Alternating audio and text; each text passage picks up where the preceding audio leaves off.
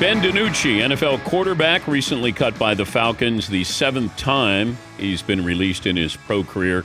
He played at Pittsburgh, he played at James Madison, and was initially, I think, selected by the Cowboys in the 2020 NFL Draft. Got to start a game for the Cowboys, I think, that same year during COVID, and Ben joining us.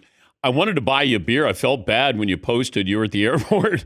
At what time was that you were having a beer on Saturday?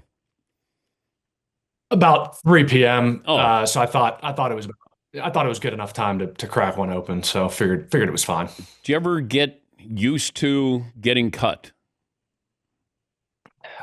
Honestly, yeah. I mean, I was very fortunate the first couple years of my career to be in Dallas, and then the last couple years, yeah, the last 12 or 18 months, I've been on 3 or 4 teams, and it seems like every couple months you're packing up, finding a new place to play, and going about your business. So yeah, I'd say at this point I'm used to it. I'm kind of numb to it. Not necessarily that it's a bad thing. It's you just kind of get used to it. How tense is cutdown day? For me, the last couple years it hasn't been very tense. I didn't see myself having any chance to make the roster, to make the practice squad, but it's tough, right? I mean, people don't realize, for the guys that are trying to make this roster, any roster, the preseason is your Super Bowl, right? Your playoffs. You get 2 or 3 games. You get maybe a couple quarters a game to go put on tape what you're going to do, not only for the team you're on, but the 31 other teams. So it's very stressed. I've got a few buddies who are still sitting around waiting this morning to see if their phone rings or not, and they'll go from there. But yeah, it's stressful. It's guys' livelihoods. It's their way of making money, and it's what they do. So it's very stressful. How were you told?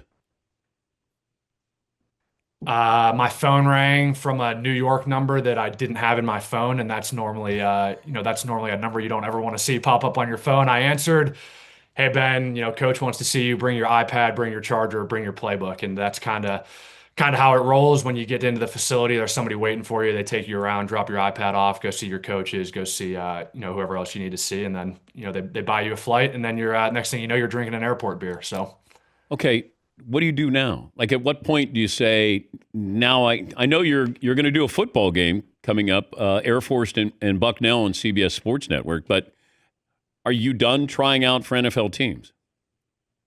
So, no, I don't think I'm officially done yet, right? I mean, the NFL is an interesting kind of animal. You get a phone call at any second, could be today, tomorrow, could be in 6 months, could never be again. So, yeah, the tough part for guys is staying in it, right? Waking up every morning, still doing what you've been doing the last couple of years to make sure that, if the phone rings, you're doing what you're supposed to do and ready to roll that if a team needs you. But at the same time, I've been in this situation a couple times the last couple years and don't necessarily want to be waiting around again all fall, just stressing myself out watching NFL games on Sunday. So I'm excited to move on a little bit, progress the next chapter of my career outside of football, and looking forward to calling Bucknell versus Air Force this Saturday. Okay, but if you get a call on Friday night by an NFL team, what happens to Saturday afternoon, Bucknell and Air Force?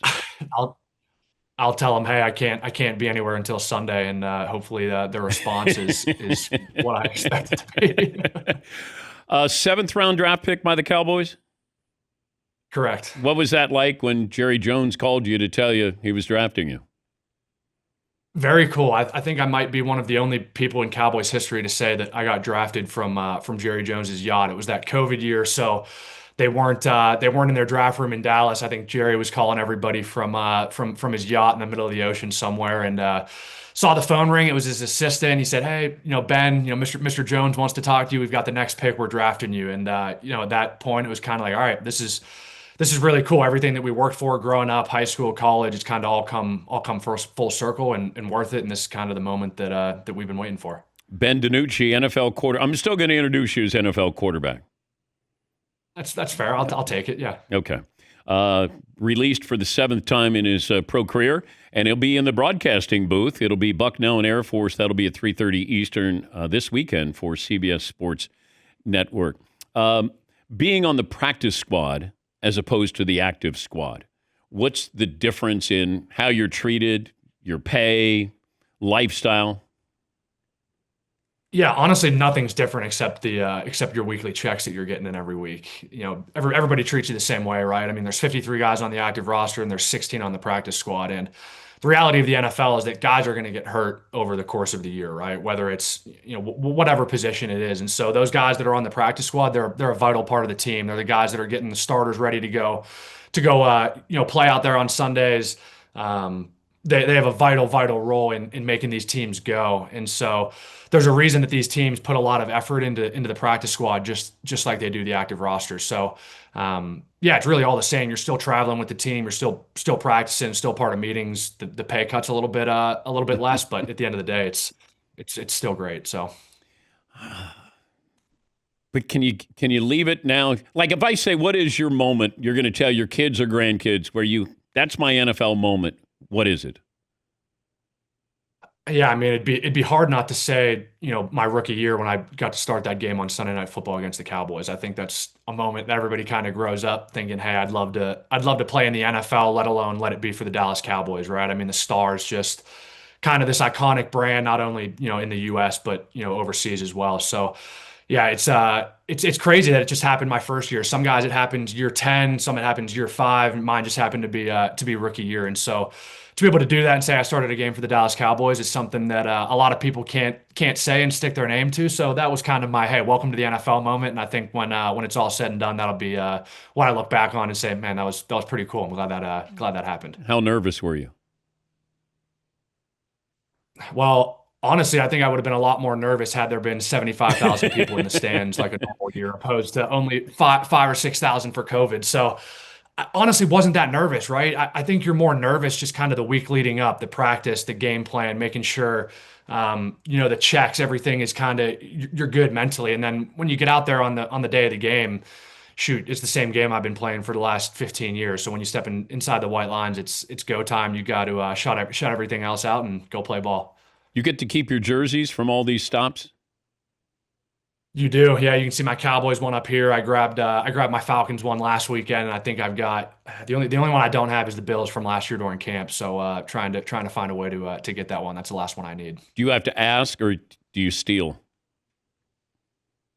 Well, you steal, but they still deduct it from your paycheck. You've got to kind of sign off on everything. The day after the games, when they're checking all the jerseys back in, they're like, all of a sudden, hey, DiNucci's jersey's not here. Let's make sure he pays for this thing on his way out. So that might have been my last parting gift from the Falcons. How much was it? $400. Yeah. So, I mean, I guess it depends who you ask if that's a lot of money or not. So, is it game used? Or if it's worth it. It was worth it. Yeah. It's game used. Yeah. It's the one I wore in the game. Took it right off my pads after the game and threw it in my bag. So, good luck with the broadcasting career. And maybe the phone rings, but you got the opportunity, though, Ben. That's the key. And a lot of us never had it. You got it. And maybe you get that opportunity again. But it seemed like you're in good spirits. I don't know if you're masking something. Did you cry?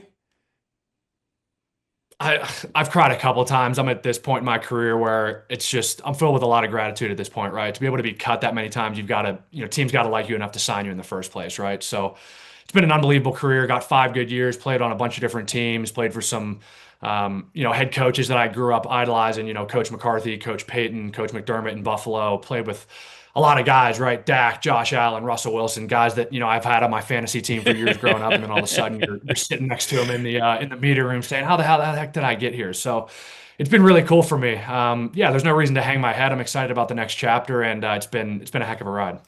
It might be awkward, and it might be awkward me even saying this, but did you ever try to swap jerseys with Dak or Russell Wilson or Josh Allen?